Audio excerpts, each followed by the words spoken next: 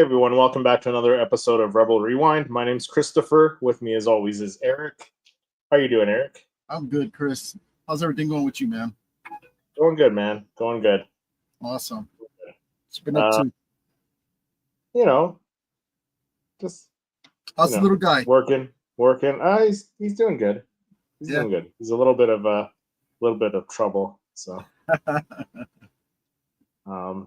yeah, things are good. Good. Yeah, kind of in a little dry spell as far as Star Wars stuff goes, though, eh? Yeah, no, it's been like kind of waiting for this week. Waiting for some juicy news, right? We almost have to make our own rumors. But I do have to say, because like I messaged you the other day because you were you were gonna go to that convention there, and meet up with your boy Tamora Morrison because Boba Fett's your favorite character, but this didn't work out. I didn't pan out. It didn't come out as I didn't want it. That's too bad, man. Hopefully, maybe some other time we'll swing by Houston if it was good for him, like like people visiting him, getting autographs. Maybe next year it becomes to another convention, Comic Palooza or something. You got to do it. If he comes next year, you got to do the autograph. Yeah, for sure. And I was checking to see if he's your favorite character, man. I know. I was checking to see if he was in the lineup for the Rebel Scum in Dallas. Yeah, is he not? I'm making plans to make it that way. Yeah. For August, it's like 20 something. Yeah. But he's not coming. He's not coming. No, he's not. No. That's too bad. Too bad. A few of our friends are going to be there. So I've hopefully make plans to meet up with them. I've heard a few people are going down. Yep. Yeah. So that's kind of cool. Yep, for sure. It's gonna be good. But why don't we jump into our rapid fire segment? Sure. Rapid fire segment. All right. Kind of like let me get this started up here. Okay. So Star Wars. Simon Kinberg must be close to delivering a first draft of his trilogy plan and send it to Kathleen Kennedy, hopefully soon. Sean Levy's Star Wars Starfighter continues looking for its cast, and set building must be starting soon. Ahsoka Season 2 continues production in the UK. And finally, we have a virtual map to the Star Wars galaxy. So go check that out at StarWars.com. It's very interesting and very expansive. It has over 59 pages of like the regions, the location where you can find said planet if you're looking for for a certain planet. The names of those planets, it's very expansive. Like I said, over 59 pages, and they did some modifications to the map, and it's there for you could zoom in and everything. It's pretty cool. That's cool. Yeah, I was actually just looking at that yesterday. Yeah, on the StarWars.com. It gives you a better idea of where these planets are, and so it's a good little reference. So you can use. Yeah, absolutely. Yeah, it's a huge map. Oh yeah, it's a huge map. For sure. And you really got to zoom in to see this stuff. So just list the planets. Yeah. And that's pretty much it for today's rapid fire news. Rapid fire. Yeah. Not too much happening. No. Like I said, news wise. But we were able to scrape the bottom of the barrel as far as Star Wars news and rumors, and like I said, I think we're gonna have to make our own rumors up and start spreading rumors, right? Start spreading some rumors, man. Right? Do that. We got Hatter's House in the chat. Hey, fellas. What's up? May the force be with you always. Same with you, sir. Thank you. Appreciate you hopping on. Hatter's House. Yeah. Let's jump into our first story, which surprise, surprise, the Rey movie, the Rey New Jedi Order movie starring Daisy Ridley is on hold again. Like, what is this? This is like the third, fourth time, something like that. I don't know. I've lost count now. Third, fourth time of them pausing this. Yeah. I mean, it's not. They didn't cancel it yet. They didn't say that they're not doing it. It's just on hold, shelved, or whatever. So it seems Lucasfilm may have decided not, to put the brakes on director Sharmeen Obaid-Chinoy's new Jedi Order movie, starring Daisy Ridley as Rey. There have been conflicting reports about the status of the untitled Star Wars movie from director Sharmeen Obaid-Chinoy, doing the rounds since late last year. We heard that New Jedi Order was a priority at one point, but it seems like Lucasfilm may have made the decision to put the project on the back burner again. According to Scooper Daniel Richman, the Rey movie is on hold once again, as both the Sean Levy and James Mangold Star Wars films are moving forward first, which I find a little bit interesting. The project is not canceled, just temporarily on hold, which, again, like it's for me that's good. Like get the script right, make sure you get the story right. They've had a few different writers already like come and go, so like just get it right, get the story right. Yeah, maybe if I'm misremembering, but wasn't Starfighter announced after the Rey film? Yeah. Wow. Well, no, Starfighter comes out not this year, so it's 2026 is Mandalorian and Grogu, and then 2027 is Starfighter. Okay, so did they announce it that they was going to make that movie prior to the Rey movie? Was that already planned out, or is just getting bumped back? I think the Rey movie is getting bumped because they I think originally when they announced the Rey movie, they wanted to have that out in 2027. Yeah. Wow. So yeah, so it's getting bumped back on the back burner. But the article goes on to say this probably shouldn't come as much of a surprise since a new writer was never officially assigned after Stephen Knight parted ways with the project. This doesn't necessarily mean we won't be seeing Daisy Ridley's Rey back in a galaxy far, far away anytime soon.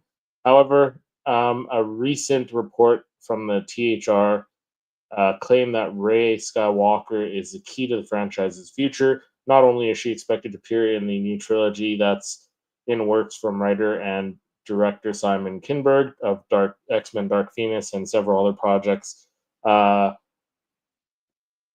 she is also she's supposed to be in several other projects as well, though which ones are not clear.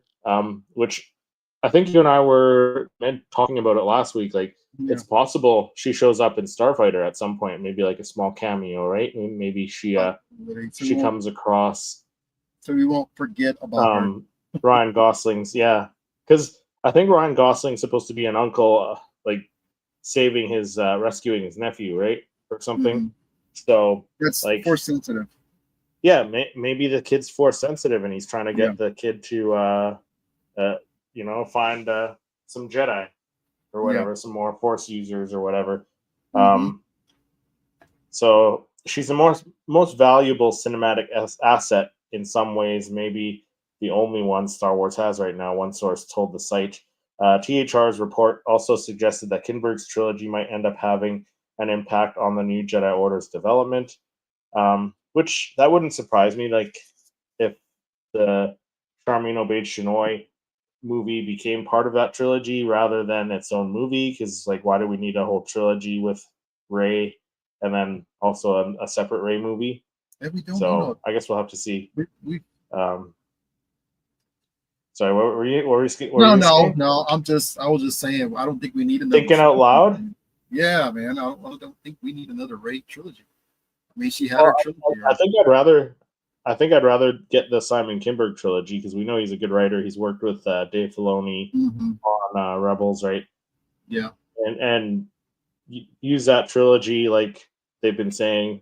Have her as a mentor figure, pass on the torch to new characters, and keep going with that, right? Keep going with characters every different trilogy, right? That'll be the next generation of.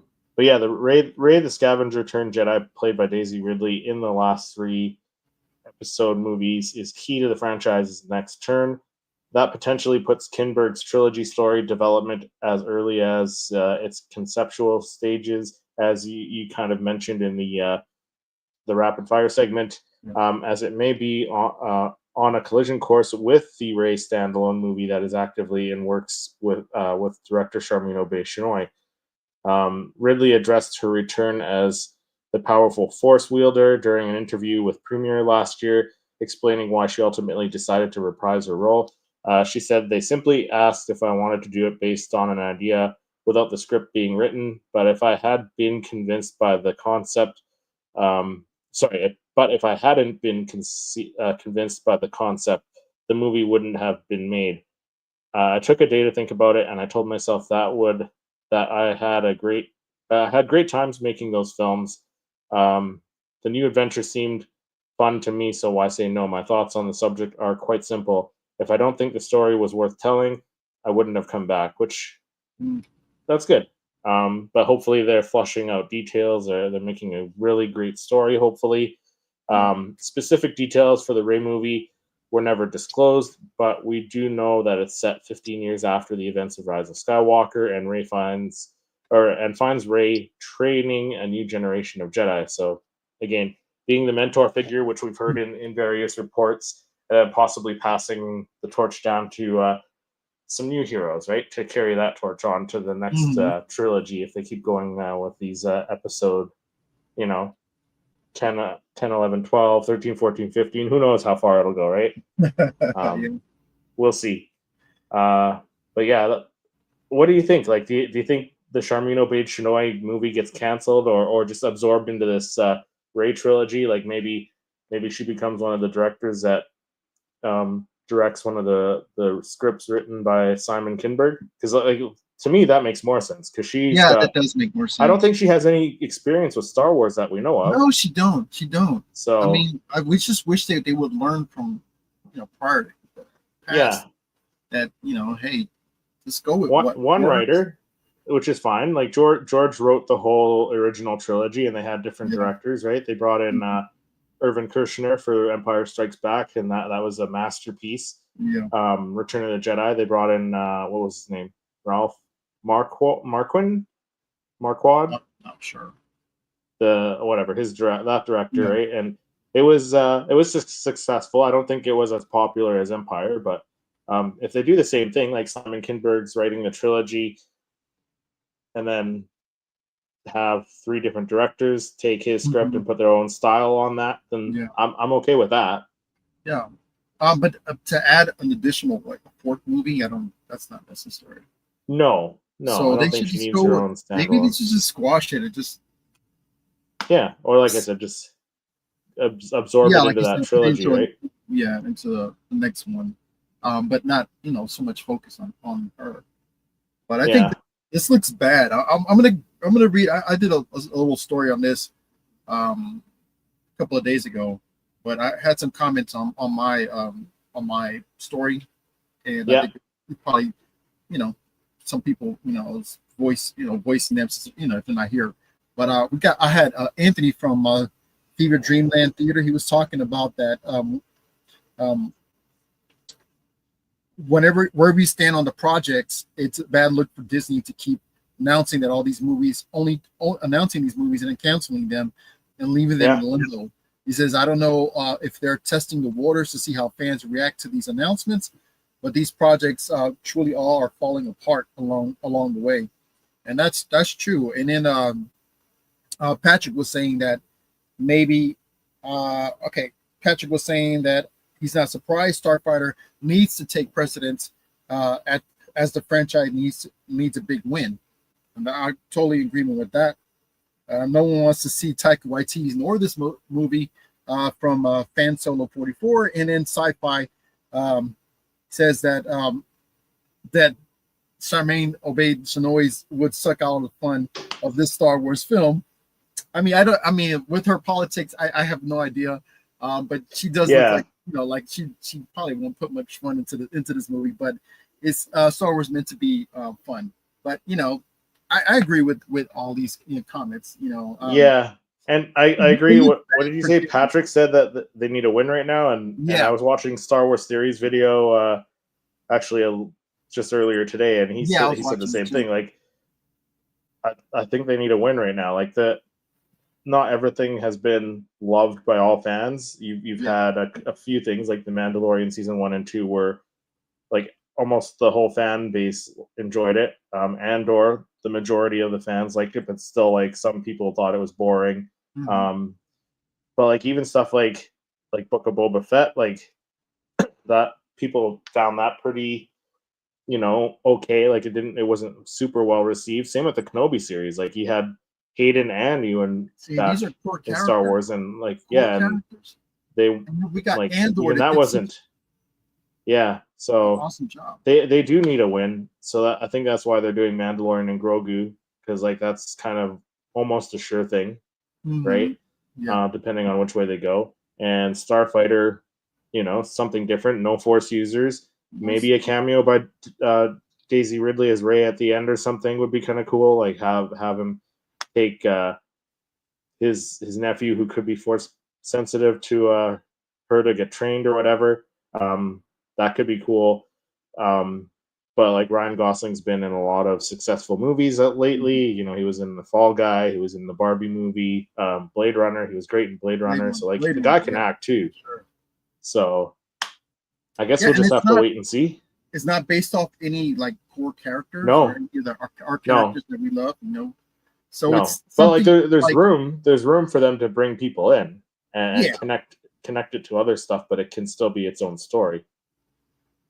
Sure. And then it's not, it's basically you just leave it for the fans to if you're not put the expectation so high by bringing in Luke or some of these other characters, and then the movie bombing, you're like, you have all these characters that we don't know about. We learn about them, and if the story's good, we'll like it, and it'll generate money for Disney. But at the same time, it's like you're not trashing the our core characters, or like Boba Fett. I love that. I love the Book of Boba Fett. But I mean, there's some things I gripe about. And the Kenobi series, that was potentially going to be an amazing, series, but they just didn't do what fans wanted. Yeah, they didn't hit. They missed the mark on quite a few of them. So our expectations are kind of low for the Starfighter. I don't hate any of it. Story, yeah, I don't hate any Star Wars project. Like even the Acolyte, I didn't hate it. I liked it. I really enjoyed the Acolyte. Ahsoka and stuff like that. I really enjoyed. Like I don't hate any of it, but like some of it definitely didn't hit the mark. They had like moments where it was like questionable choices, So yeah. One in the chat. Hey, one. The Goose was on Breaker High too. Oh, the Gosling he's talking about. Yeah. Oh, he was on Breaker High. Yeah. Okay. He's not wrong. That's an old show. Finger Red #1. No, he was on Breaker High as well. That's right. So like he's got the acting chops. Didn't he win an Oscar for like La La Land with Emma Stone as well? Perhaps. Or something, or he was up for like a nomination or something like that. So I don't know. I don't know, but I did watch Blade Runner. Blade Runner was good. Blade Runner was good. And then Harrison Ford. Yeah. Yeah. So hey, we'll just have to wait and see. My wife drugged me to go watch the Barbie movie, so I kind of watched that. And it wasn't bad. Like, but the Barbie movie wasn't bad terrible. either. It was terrible. Oh my god! I mean, you know what? It was entertaining, at least. It was entertaining. It was what it was set out to be. Like they set out to do an entertaining movie, not something that was like a great story or like great acting. And I think, honestly, that's what some people forget Star Wars is. Like, Star Wars is supposed to be just an entertaining movie. It doesn't have to make sense, because people crap on Star Wars for like stuff not making sense, like fire in space. They're like, what the heck's going on? They say, these stories don't make sense. But like at the end of the day, it's just entertainment. It's an escape from reality for us fans. And I think Star Wars has done that. Well, I think the problem is that when they start, I don't know, when it's meant to be, and a cohesive like story, and the story just kind of falls apart. That's what I got from sequels. I mean, I wish I really liked it. I just didn't care too much for it. I mean, I did like Force Awakens, but that's fine. Like you're allowed to have your own opinion too. I mean, we're allowed to have our own opinions. Yeah. But it was cool seeing Star Wars in theaters again. So that's I know, and that's what I'm looking forward to. Like in less than a year, we're gonna have Star Wars in theaters again, right? Yeah, for sure. Whether it sucks or it's really good, like no, I don't think that remains to be seen. But it's gonna be on the big screen. So yeah. That Chevelle from Drive is pretty gnarly too. I did watch the hero car from that movie. Yeah, Drive was good too. Yeah, that's right. That Chevy Chevelle. Yeah, I watched that. Yeah. So we'll just have to wait and see, right? Like I said, there's a lot of wiggle room for them to bring in cameos. Like you could have Daisy Ridley as Rey, as I mentioned, if his nephew's force sensitive. You could have Ryan Gosling be connected to Cassian Andor. Like you could have that be Cassian and Bix's baby growing up, right? You could have it that way, and it'd be another connection to So opinions are like nostrils. Everyone has a couple, but if you pick one, people get grossed out. Yes, there we go. I gotta save that. That's a good one. That was good. That is a good one. That's not wrong, right? That's got to be the that's a good comment of the night right there. That's the comment of the night. Yeah, that's amazing. That's good. No, we'll just have to wait and see, right? 2027 is when that comes out. It's just like standpoint, like visually, it doesn't look good for Star Wars. I mean, for Disney to do. Yeah, for them to be like putting these things on hold. Yeah. We remember like 3 or 4 times already that they just keep putting this on hold. Even the Rogue Squadron one, like the Patty Jenkins Rogue Squadron, like that was on hold for such a long time, and I think a while ago they said like she's going to be working on it. Yeah, but like we haven't heard anything yet. So like that one I was genuinely excited for as well because X-wing fighter pilots. Imagine that Top Gun, Star Wars Top Gun, right? So I guess we'll see. Need to do that. Yeah. All right, so let's get on to my first story for this evening. Andor dialect coach explains how the Gore language was constructed. This is a long one. I'm not going to read it all, but it's kind of interesting. So Star Wars is no stranger to constructing languages, and Andor crafting one for the Gore is not an exception. Series dialect coach Marina Tyndall was previously came up with the constructed language for Conlang for short, spoken by the population of Kenari. Let's continue on a little bit more. Talking to Esquire, Tyndall explained that the Gorman language foundation is heavily based on the sounds of the French language, but no French words were actually used. The Conlang in Gorman was loosely inspired by the inventory of the terrestrial French language. It shares over 85% of the phonology of French, but you might get a flicker of recognition of a French word and you catch the syllables that resemble a French syllable. So it's likely that the move to have a language that sounds like resembles French was done to invoke the spirit of the stories of the French resistance to Nazi occupation during World War II. Though Tyndall states that she was not informed of the reason for using French as the basis for the language, despite making the connection herself.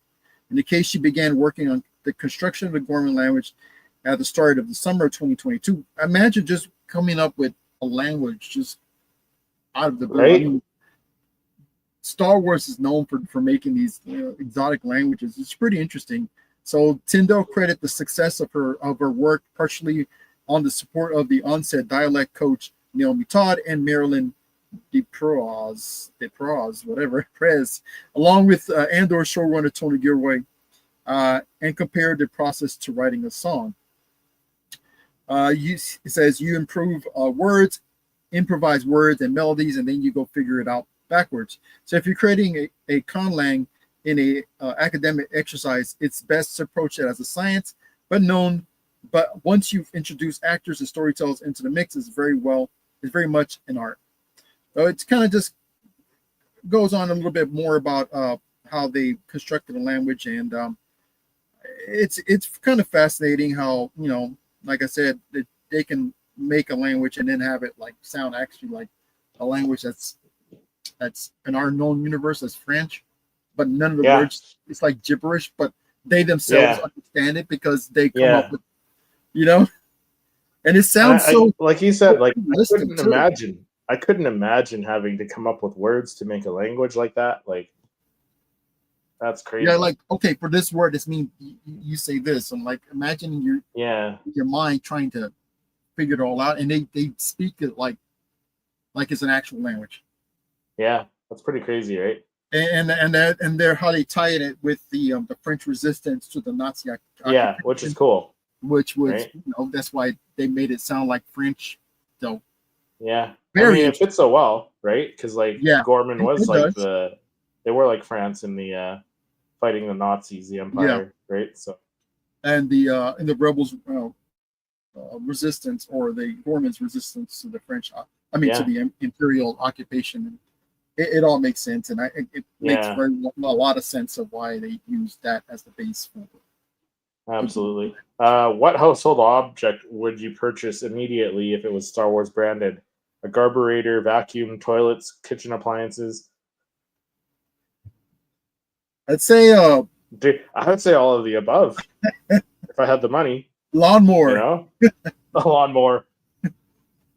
A Darth Vader lawnmower. Yeah. A self-mowing lawnmower. A Boba Fett weed whacker. Yeah, there you go. Yep. A toilet. Yeah, a stormtrooper. Oh, you see, there's like that. My wife sent me. It's a like a black shape, kind of like the styling of like Vader, but it's not like the Vader helmet. It's just sleek and black. It's like a toilet. I was like, oh, that looks nice. Yeah. Did you ever see the story about how they took the grooves off of a 3,000-year-old pottery and played them like a record and heard a conversation between women? No. Sounds cool, though. Sounds pretty cool. Huh. No. But jumping into some Kylo Ren news here. Kylo Ren, it seems, at some point, he may have got replaced by another Ren. Mm-hmm. So Star Wars reveals a character set to replace Kylo Ren. The Knights of Ren are back in Star Wars, but Kylo is nowhere to be seen. So Star Wars revealed a new Kylo Ren replacement as part of one of the latest Star Wars faring stories.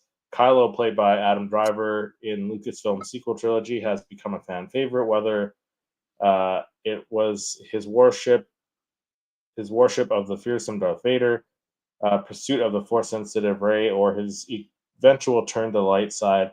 The character has been explored plenty in the Star Wars universe. However, at least on screen, one aspect of that remains largely shrouded by the shadow. In shadow was his affiliation with the mysterious Knights of Ren. A new comic series revealed a new character replacing Adam Driver's Kylo Ren as the leader of the Knights of Ren. Since February 2025, the canon Star Wars comics Star Wars Legacy of Vader has focused on Kylo Ren upholding the dark side, wielding the legacy of Darth Vader between the events of The Last Jedi and The Rise of Skywalker without his band of knights. Their absence has finally been explained as Kylo looks to no longer be the head of the Knights of Ren at this point. A new variant cover for the Legacy of Vader #8, shared online by Star Wars Holocron, highlighted a new to the comic character Tava Ren, who has taken over as the leader of the terrifying team.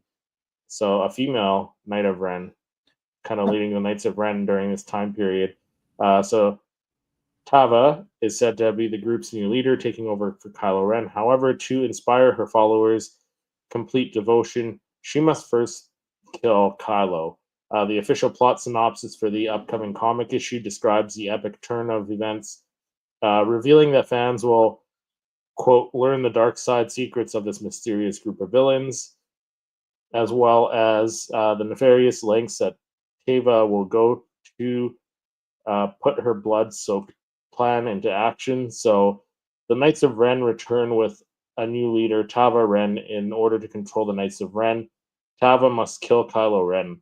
Learn the dark secrets with this mysterious group of villains. What subterfuge will this new warrior use to get what she wants? So, while it's not confirmed that this new leader and Kylo Ren are supposedly headed on a collision course towards one another, and while based on the timeline and placement, which is between Last Jedi and Rise of Skywalker, we know that Kylo makes it out alive.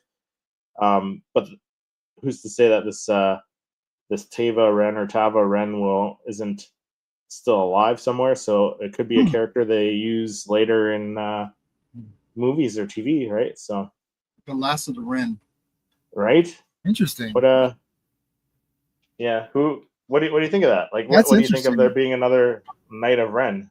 I'm not hating that. I mean, I always wanted, if they were to do like an animated series of the Knights of Ren, that'd be cool. You know, I would enjoy that. That would be epic, man. I mean, we don't know much of anything about them, and to know that between that time, then that's why, you know, they were out to keep them on the Rise of Skywalker.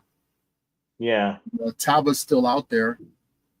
It's the last one, so everybody else got slaughtered. I think that's pretty cool. That's very interesting. Yeah. Watto would be the weed whacker. Sebulba would be the pressure washer that never works. Yeah. Who knights him? You know what? I don't know. I'm sure it's probably in the comics. There's like comics that deal about like the first Knight of Ren, and stuff like that. So. Yeah. What would you think if we get like? I mean, I know we get in comic, but if we were to get like series or something like that, a series about the Knights of Ren would be kind of cool. Yeah, Tales of Ren. I don't know. Yeah, something. It would be cool because like they kind of that's one thing that they didn't address in the sequels, which that was a missed opportunity. They should have addressed it at some point because like they looked pretty badass. Yeah. Right. And then like they just kind of followed Rey around at a distance. They didn't really. You didn't see them in action until they fought Ben Solo, but like, yeah. Hey, we didn't get them in the Last Jedi. Not one. No, they weren't. They weren't in the Last Jedi. No. Hey, man, imagine, man. Right. So, I guess we'll see. Yeah, we'll hope we can get some kind of animated series or something from them. Yeah. Yeah. But, all right, so on to my next story. From the direct.com. Star Wars reportedly planning a new trilogy focused on The Mandalorian. It's just rumors, so Star Wars often works on threes and these, and that may also be the case with upcoming return to theaters. Now, we're kind of speculating about this or talking about this, about the actual trilogy revolving on The Mandalorian. But Star Wars is reportedly ready to commit to a new Mandalorian-focused movie trilogy. Next year's The Mandalorian Grogu film will mark the iconic sci-fi's franchise grand return to theaters. Jon Favreau directed Epic is just one of the several new movies planned for the galaxy far, far away. And at this point, the franchise seemed much more focused on one-off stories set at the in the star-faring universe rather than the trilogies that is known for, at least according to Lucasfilm president Kathleen Kennedy. With all this said, Lucasfilm is reportedly already looking at the future of its most imminent theatrical release. According to new insider reports, the Star Wars brass is planning a new movie trilogy centered on Pedro Pascal Din Djarin. Known scooper Daniel Rickman, the name comes up again, shares the news on his Patreon page, writing that Lucasfilm sees that next year The Mandalorian Grogu film as the first installment of a potential trilogy. However, whether further films are pursued relies on how well the first performs in the box office. And we kind of talked about that. So at present, the only Star Wars project officially working under the assumption of a feature film is the Simon Kinberg's planned trilogy, assuming to be episode 10, 11, and 12. Everything else has been announced as a one-off cinematic story. The idea of that is that there is more meat on the bone and audiences want it. The Mandalorian Grogu film comes to theaters on May 22nd.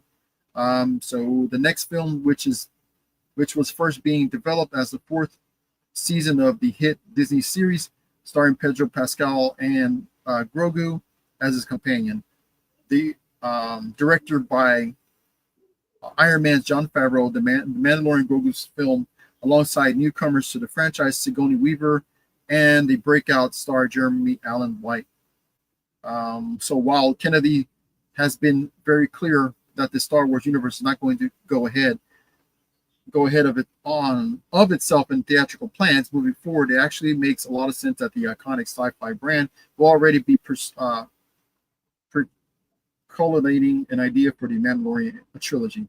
So as Star Wars and Lucasfilm has pondered trying to find their footing back in theaters, Pedro's Chrome Dome hero has largely kept this brand afloat.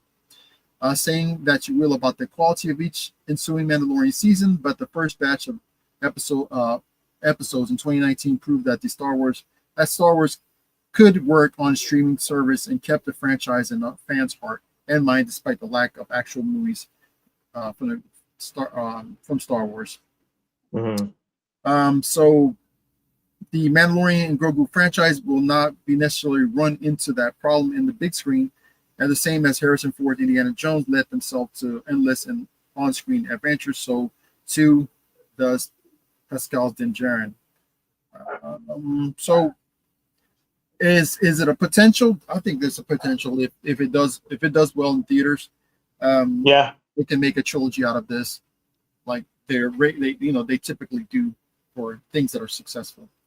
So I mean, I would not be surprised, and I think we talked about this a little whiles back. I think like sometime last year about a trilogy.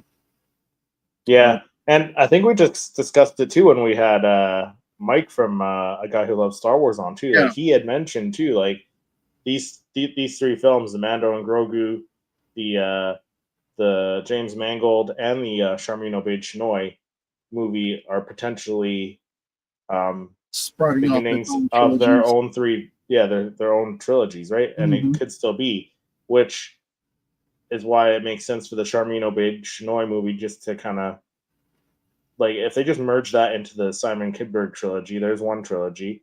You got a potential Mando and Grogu trilogy if it does well, and then if the James Mangold one does well, then another trilogy there. So the talks was right that if I'm not mistaken, that the Mandalorian and Grogu film was going to be a film that was going to at the last one was going to be that culmination of the Ahsoka series and the Skeleton Crew, if I'm mistaken. Yeah, I'm not too sure. Yeah, that's what we're talking about. That Jon Favreau was going to be the last one of the three were going to be that film where it's going to have all the characters from. Yeah, I mean that would make sense, right? The yeah, to have the big like Filoni-verse movie, right? So I haven't heard much about that lately, though. No, and I don't think we will for a while. But like that could be the end of that trilogy, right? Like the Mandalorian and Grogu. That could be the end of that trilogy where Thrawn's like, fighting all these other people. Yeah. Are we getting seriously Star Wars members badge pins for our jackets? I've got to be a general, eh? Yeah. Yeah, you got to be like a Grand Admiral to get the actual jacket. Nice. But jumping into our last story for this evening. This one I actually just found late last night, actually, which is another casting rumor. So Madam Web star Dakota Johnson is being eyed for a role in an upcoming Star Wars movie. I think it should say. Dakota Johnson recently shared the screen with Mandalorian and Grogu star in A24's Materialist, but she is now set to head to a galaxy far, far away. The actor is being eyed for a Star Wars role. The Star Wars franchise appears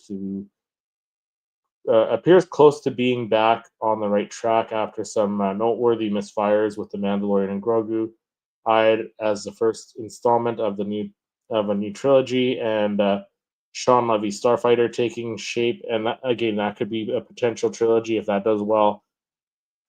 So that's taking shape thanks to the additions of actors like Ryan Gosling and Mia Goth.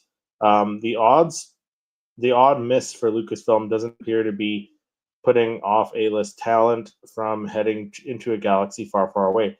Today, Daniel Rickman again is reporting that Madam Web star Dakota Johnson is being eyed for an undisclosed role. This is another of those vague casting claims that we'd advise against taking too seriously. However, it's interesting that Johnson would consider another major franchise after speaking so negatively about her Star Wars or her Marvel experience with Sony Pictures, which I don't blame her for being like having a bad experience with Sony. I mean, maybe if you did like an actual Marvel film with Marvel, maybe that would have been better. She said, quote, "It wasn't my fault," she said in a recent interview, but there's this thing that happens now where a lot of creative decisions are made by a committee or made by people who don't have a creative bone in their body. And really, it's really hard to make art that way, which it's so true. Or to make something entertaining that way. And I think, unfortunately, with Madam Web, it started out as something and turned into something else, which I think that happened with a lot of stuff. For example, The Rise of Skywalker, which I still enjoy, but it turned into something else. It started out as something different, right? Okay. Yeah, sure. And she goes on and says, and I was just sort of along for the ride at that point, but that happens.